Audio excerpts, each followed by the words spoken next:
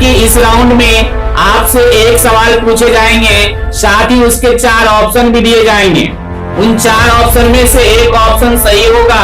यदि आप सही ऑप्शन को चुनते हैं तो आपको पूरे 10 मार्क मिलता है। यदि आप नहीं चुन पाते हैं तो कोई दुख की बात नहीं है, आपको 0 मार्क्स मिलेगा।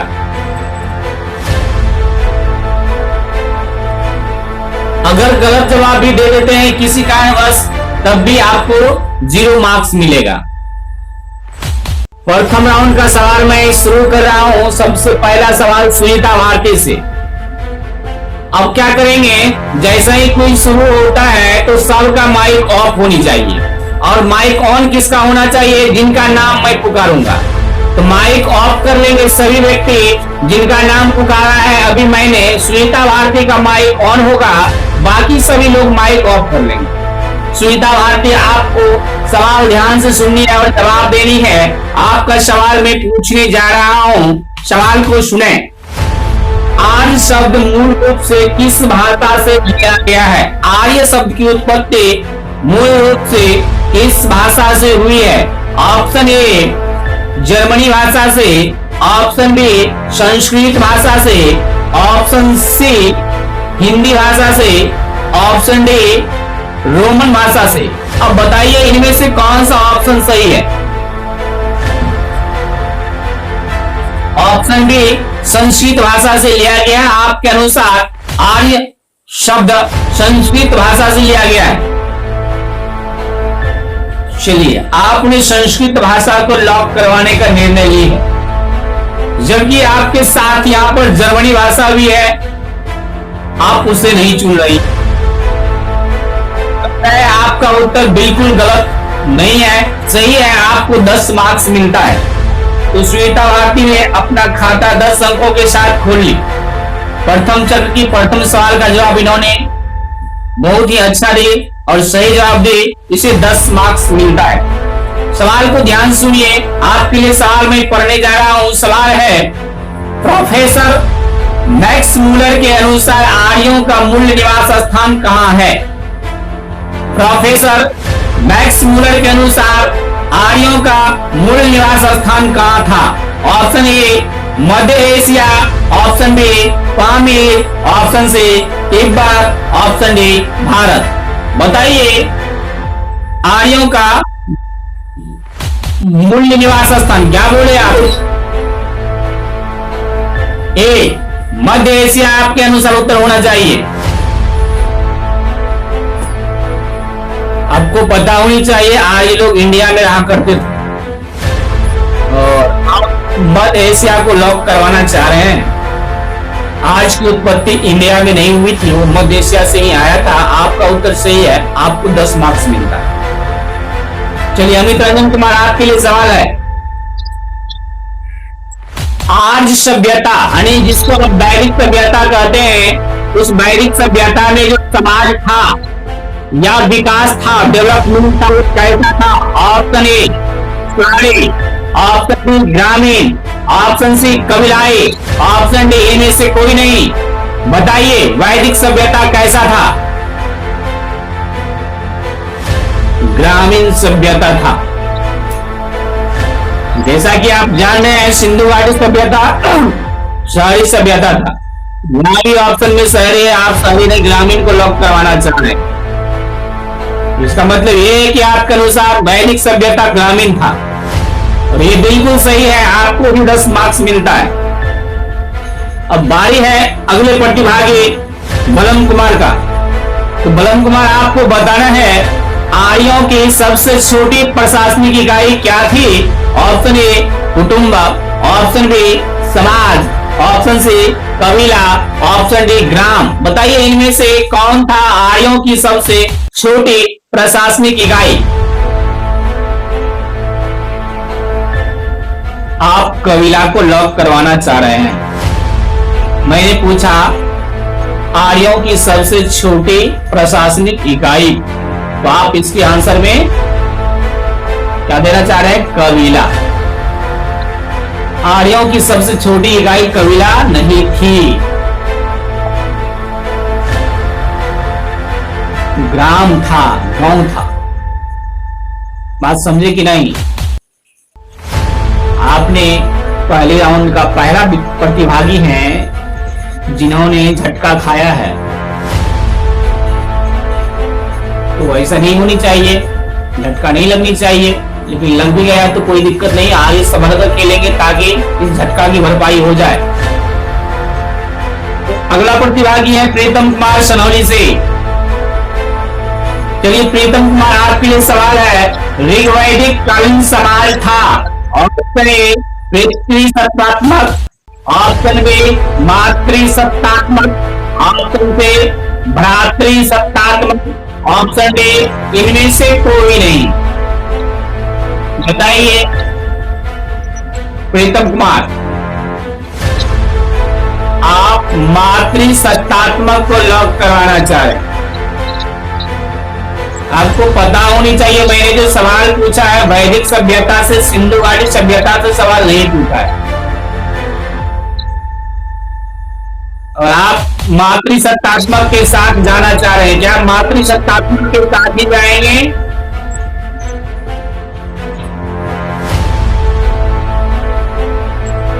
बिल्कुल सही नहीं है। इसका सही उत्तर क्या होगा? पितृसत्तात्मक। चांदनी कुमारी, चलिए आपके लिए सवाल है, ऋग्वैदिक काल में जो धार्मिक मान्यता थी उस मान्यता के अनुसार सबसे ऊपर का देवता, सर्वोपरि देवता कौन था? Option A Varuna, option B Marut, option C Rudra, option D Indra. बताएंगे? आप बड़ी जल्दी से इंद्र को लॉक करवा दिए, कॉन्फिडेंस है इंद्र ही होगा। चलिए आपके अनुसार इंद्र ऋग्वैदिक काल की सर्वोपरि देवता था, बात भी सही है, आपको इसीलिए 10 मार्क्स मिलता है। इस प्रकार चांदनी कुमारी ने 10 मार्क्स हासिल किए हैं। अगले प्रतिभागी हैं नितेश कुमार किशनगंज से। पुरुष सूक्त में चतुष्वर्णों की चर्चा है, यानी कि समाज के 4 वर्णों की चर्चा पुरुष सूक्त में है। तो बताना है आपको इसका उल्लेख किस वेद में किया गया है? Option A Rigveda, option B Samaveda, option C Atharvaveda, option D Yajurveda. बताइए नितेश जी, इसका कौन सा सही उत्तर है? आप इसका उत्तर ऋग्वेद देना चाहते हैं। मैंने आपसे पूछा पुरुष सूक्त में 4 वर्णों की चर्चा है और आपने इसका उत्तर ऋग्वेद लॉक करवाया है। मैं आपको बता दूं कि आपका यह उत्तर बिल्कुल भी गलत नहीं है, अर्थात सही है, आपको 10 मार्क्स मिलता है। इस प्रकार नितेश कुमार ने भी 10 मार्क्स हासिल किए हैं। अगले प्रतिभागी हैं नवीन कुमार सहरसा से। जीवन भर अविवाहित रहने वाली महिलाएं कहलाती थी। ऑप्शन ए नीवी, ऑप्शन बी अमाजू, ऑप्शन सी वास, ऑप्शन डी आपला। बी को लॉक किया जाए। बड़ी तेजी से आंसर दे रहे हैं। ये सही है, जीवन भर अविवाहित रहने वाली महिला को वैदिक काल में अमाजू कहा जाता था, और ये नवीन कुमार ने सही उत्तर दिया और नवीन कुमार को ही मिलता है 10 मार्क्स। अगले प्रतिभागी है विवेक कुमार मथुरापुर। आर्यों का मुख्य पेय पदार्थ क्या था? ऑप्शन ए शराब, ऑप्शन बी शहद, ऑप्शन सी सोमरस, ऑप्शन डी गौमूत्र। देखिए मैं सवाल को मैं आपको एक बार फिर से दोहराता हूं। आर्यों का मुख्य पेय पदार्थ मैंने पूछा है और आप शहद को लॉक करवाना चाह रहे हैं। एक सिंधु घाटी सभ्यता भी थी, वहां भी लोग मुख्य पेय पदार्थ क्या करते थे? शहद। ये वैदिक सभ्यता है और यहां भी आप शहद को लॉक करवाना चाहेंगे?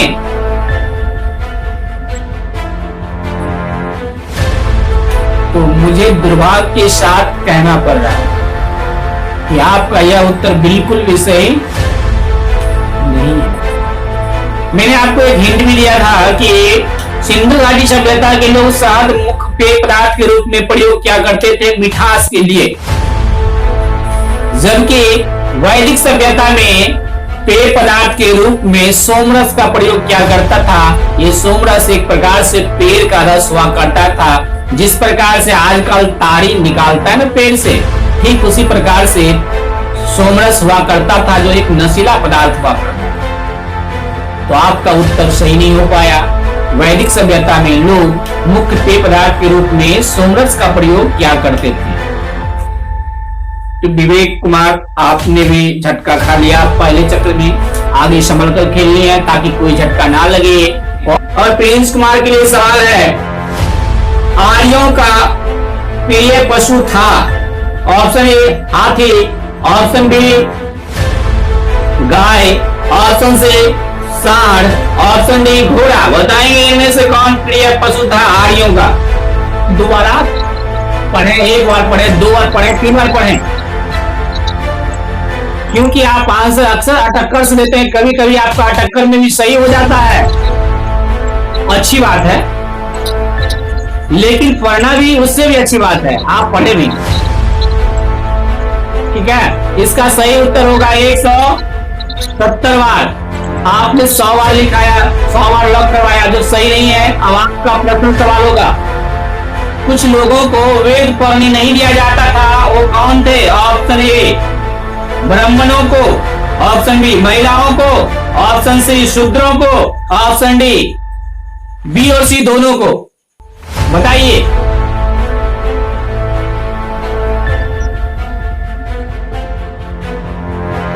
बी और सी दोनों होगा।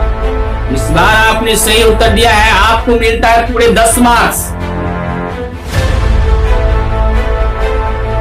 चलिए, आप अपना माइक ऑफ कर लेंगे। चांदनी कुमारी, आप अपना माइक ऑन कर लें। आर्यों में नीवी एक पहनने वाला वस्त्र था, अब इसे पहनते थे ऑप्शन ए पुरुष, ऑप्शन बी स्त्री, ऑप्शन सी पुरुष और स्त्री दोनों, ऑप्शन डी इनमें से कोई नहीं। जी, आपका उत्तर बिल्कुल भी सही नहीं है। तो बोनस में 5 अंक लेने का अवसर प्राप्त है नितेश कुमार किशनगंज।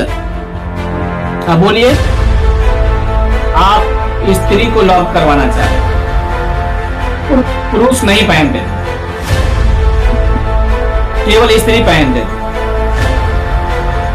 इतनी अच्छी इंफॉर्मेशन आपने कहां से पढ़ा था?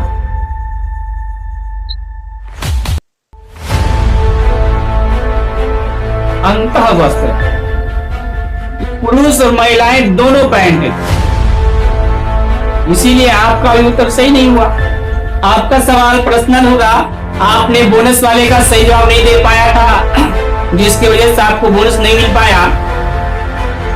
वैदिक काल में राजा अपनी जनता से जो कर वसूला करते थे उसे क्या कहा जाता था?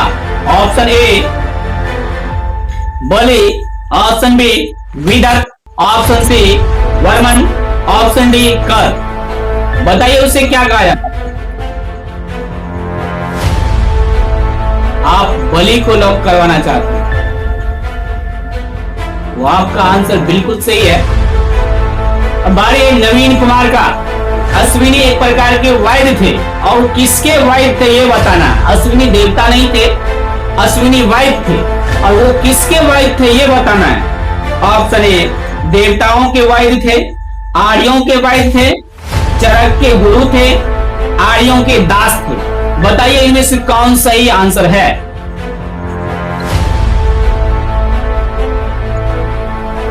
अश्विनी देवता का वैद्य था आपके अनुसार। सहरसा से इन्होंने सही उत्तर दिया, इनको 10 मार्क्स मिलता है। चलिए, आपके लिए सवाल है सीमा कुमारी। आर्य लोगों को यानी कि वैदिक सभ्यता के लोगों को इनमें से किस फसल की जानकारी नहीं था? ऑप्शन ए जौ, ऑप्शन बी गेहूं, ऑप्शन सी तंबाकू, ऑप्शन डी चावल। बताइए इनमें से किस फसल की जानकारी नहीं थी? तंबाकू। चलिए, आपने सही उत्तर दिया है। बहुत जल्दी में आपको 10 मार्क्स मिलता है। तंबाकू सही उत्तर है कि आज लोगों को तंबाकू की नॉलेज नहीं। प्रिंस कुमार मानसी से बताइए, ऋग्वेद के किस मंडल में शूद्र का उल्लेख पहली बार मिलता है? ऋग्वेद के किस मंडल में शूद्र का उल्लेख पहली बार मिलता है? ऑप्शन ए 7वें मंडल में, ऑप्शन बी 10वें मंडल में, ऑप्शन सी 8वें मंडल में, ऑप्शन डी इनमें से कोई नहीं।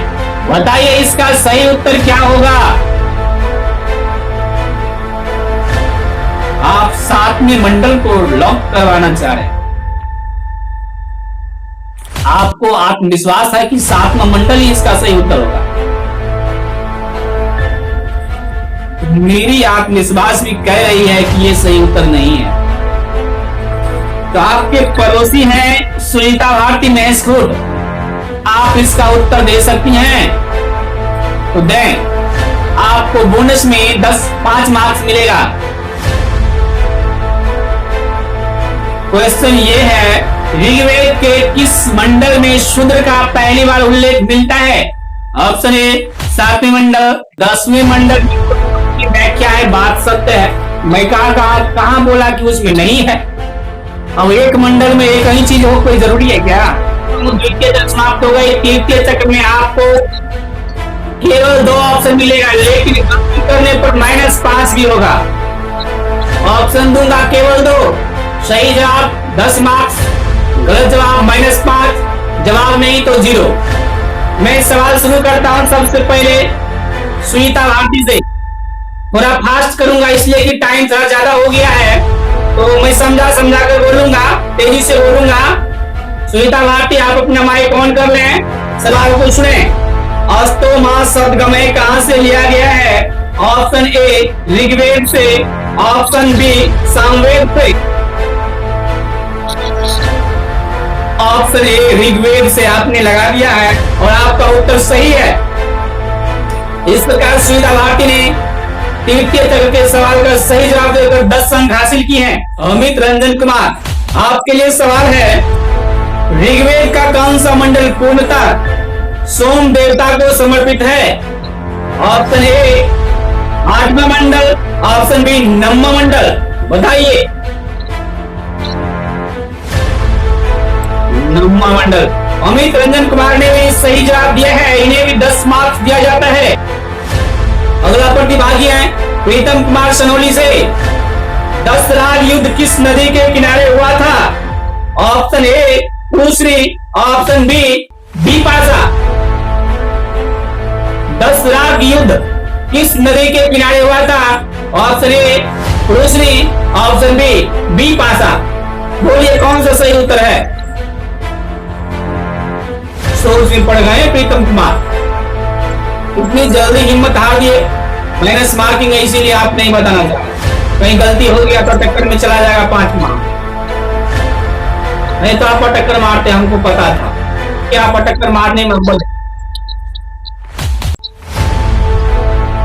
ठीक है। अच्छा, इसका कोई भी व्यक्ति जवाब दे सकते हैं।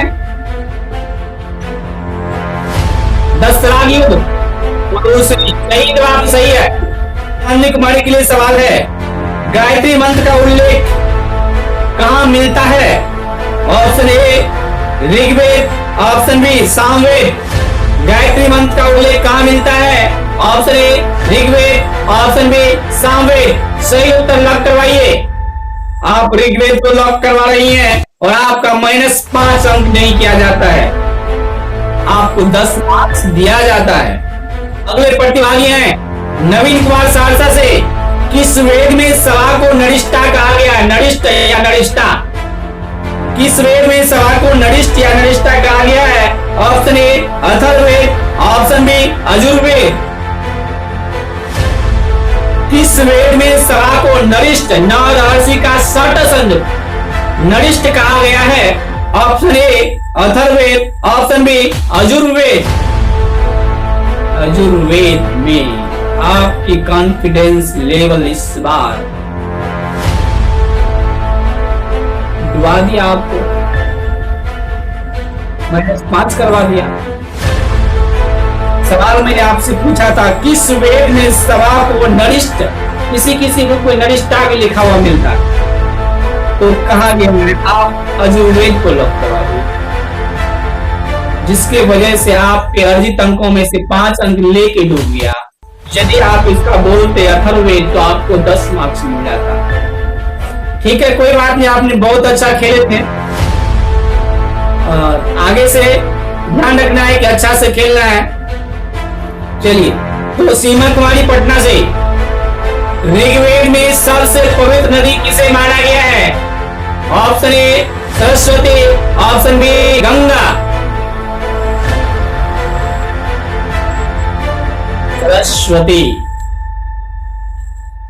तो आपका 5 नंबर काट लिया नहीं जाता है, अर्थात 10 नंबर दिया जाता है और इन्हें 10 मार्क्स मिलता है प्रिंस कुमार मानसी। सत्यमेव जयते किस उपनिषद से लिया गया है? ऑप्शन ए कठोपनिषद से, ऑप्शन बी मुंडकोपनिषद से।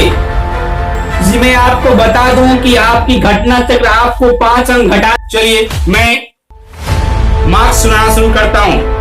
कतई मार्क्स ये नहीं बताता है कि आप कितना विद्वान है, मार्क्स केवल ये सिद्ध करती है कि आज के क्विज कार्यक्रम में आपके भाव ने आपको कितना साथ दिया।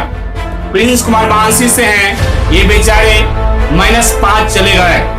उसके बाद में आगे बढ़ता हूं। जो 10 मार्क्स के साथ 2 प्रतिभागी इस क्विज में हैं, एक है साजन सिंघानिया संजौती से, दूसरा है प्रीतम कुमार सलोनी से।